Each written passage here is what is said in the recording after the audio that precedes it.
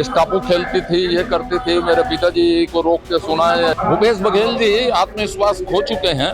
एक बार पाटन में राहुल गांधी को लाए, अभी पाटन से 20 किलोमीटर दूर में प्रियंका गांधी को लाए कि भूपेश बघेल जी का जादू 6 महीने के अंदर खत्म हो गया। धान कोई विषय ही नहीं है, धान में तो भूपेश बघेल जी ठग रहे हैं।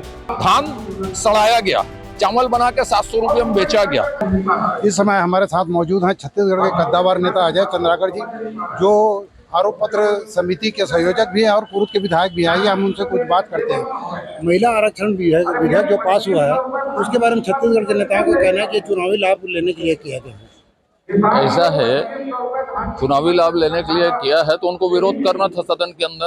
कांग्रेस को सदन के अंदर सर्वसम्मत करते हैं और बाहर आके दूसरी बात करते हैं। ये दोहरा चरित्र कांग्रेस का है, इसीलिए आज तक महिला आरक्षण रुका रहा और जब हुआ तो दोहरा मापदंड फिर उनका सामने आ गया।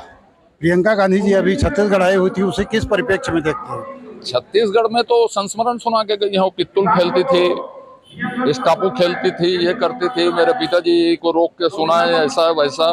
और भूपेश बघेल जी आत्मविश्वास खो चुके हैं। एक बार पाटन में राहुल गांधी को लाए, अभी पाटन से 20 किलोमीटर दूर में प्रियंका गांधी को लाए। तो वो खुद अपनी ताकत पर अब चुनाव जीतने की स्थिति में नहीं है। वो राहुल गांधी और प्रियंका गांधी के किसी कारनामे के बलबूते चुनाव जीतने की उम्मीद बना के रखे।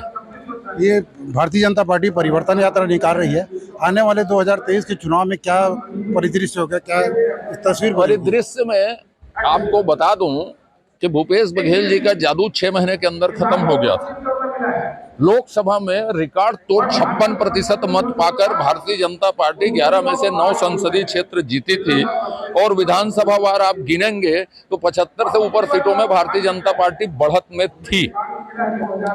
ये 6 महीने के अंदर हमने करके दिखाया था। अब तो बहुत पानी बह गया। भाजपा के पास धान का काट क्या है? धान कोई विषय ही नहीं है, धान में तो भूपेश बघेल जी ठग रहे हैं। आप ये बताइए मुझे, पहले सबसे पहले एक 2500 रुपये का रसीद दिखाइए और 1750 रुपया था तो भी 9000, 2240 रुपया है तो भी 9000, 6000 रुपया तो मोदी जी भी देते हैं। लेकिन आपने कहा था खरीदने का 2500 में 2500 का रसीद पहले दिखाओ एक। ये कहानी लंबी है। धान सड़ाया गया, चावल बना के 700 रुपये में बेचा गया, बिजली का उत्पादन 440 मेगावाट कम हुआ, कृषि की जोत कम हुई, समझ रहे हो ना, वनोपज की खरीदी कम हुई। क्या चीज हुआ किसानों के लिए?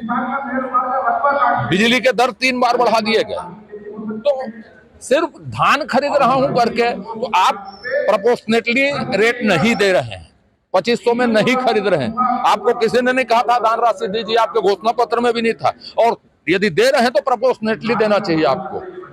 आने वाले चुनाव में भाजपा की क्या भूमिका होगी और किन मुद्दों को लेकर जनता के बीच जाएगी?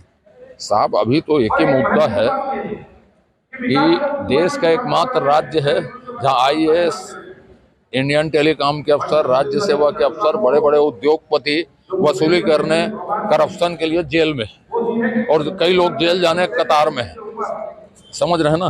तो भ्रष्टाचार, लेवी वसूली, अवैध वसूली और जन सामान्य से पैसा खाने का विषय, शिक्षा में पैसा खाने का विषय, घोषणा पत्र में असफलता और छत्तीसगढ़ में जो बड़े प्रोजेक्ट हैं वो सारे के सारे मोदी जी की देन है। जब बड़े प्रोजेक्ट पूरे होते हैं तो उसमें भी आरोप लगाते हैं, रेल बनता है तो भी आरोप लगाते हैं, ज्यादा खरीदूंगा बोलते हैं तो भी आरोप लगाते हैं।